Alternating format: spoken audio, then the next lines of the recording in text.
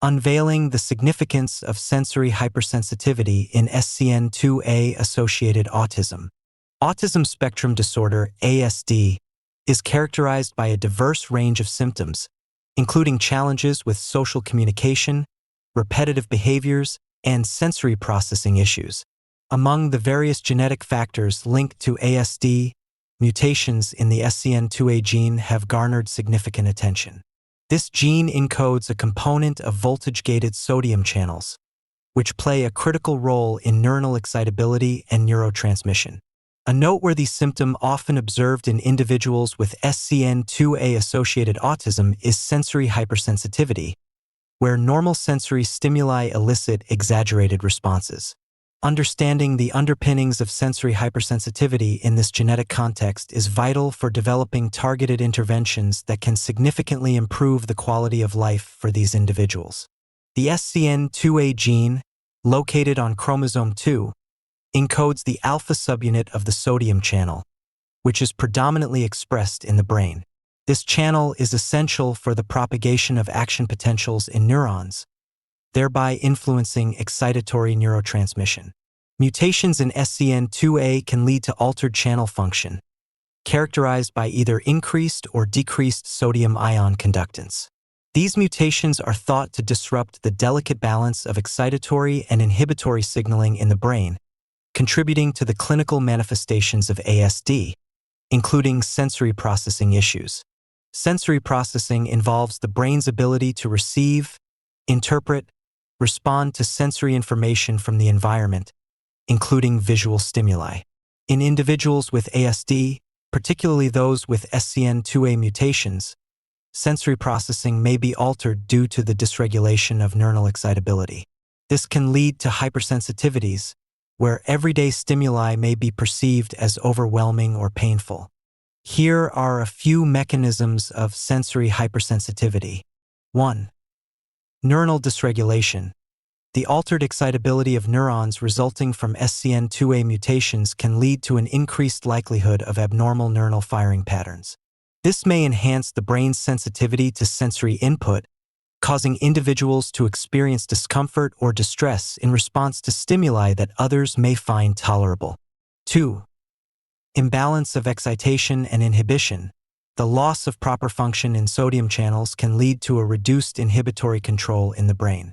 Certain interneurons, which are responsible for inhibitory signaling, may become less effective, contributing to an excess of excitatory activity. This heightened excitatory state is thought to correlate with sensory overload and hypersensitivity. 3. Altered brain connectivity.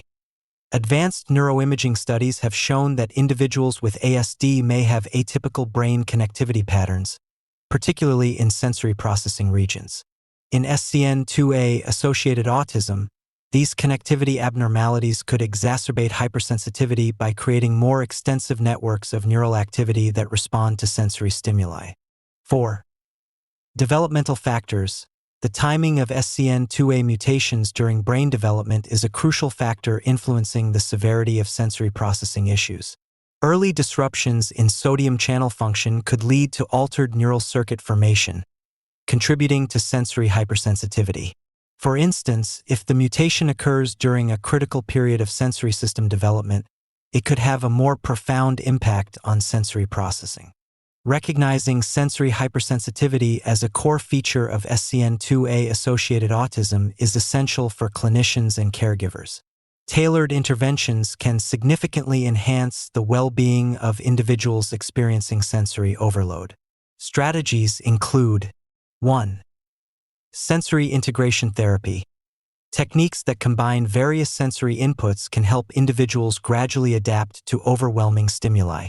This can facilitate better processing and response mechanisms. 2. Environmental modifications. Adjusting the sensory environment, such as reducing exposure to loud noises or bright lights, can alleviate sensory stress and make daily activities more manageable. For instance, using noise-canceling headphones in noisy environments or dimming the lights in a room can significantly reduce sensory overload. 3. Behavioral therapy. cognitive behavioral approaches focused on coping strategies can help individuals manage their responses to sensory stimuli, improving overall functioning. 4. Medication. In cases where sensory hypersensitivity severely impacts daily life, pharmacological interventions may be considered. Medications that modulate excitatory-inhibitory balance, such as selective serotonin reuptake inhibitors, SSRIs. In some individuals with ASD, SSRIs can help regulate the balance of neurotransmitters in the brain, potentially reducing the hypersensitivity to sensory stimuli. In summary, understanding the mechanisms underlying sensory hypersensitivity in SCN2A-associated autism provides valuable insight into both the genetic basis of the disorder and the importance of sensory processing in autistic individuals. This understanding paves the way for the development of effective interventions that can significantly improve the quality of life for these individuals. Continued research into the relationship between genetic mutations and sensory experiences is critical for this endeavor.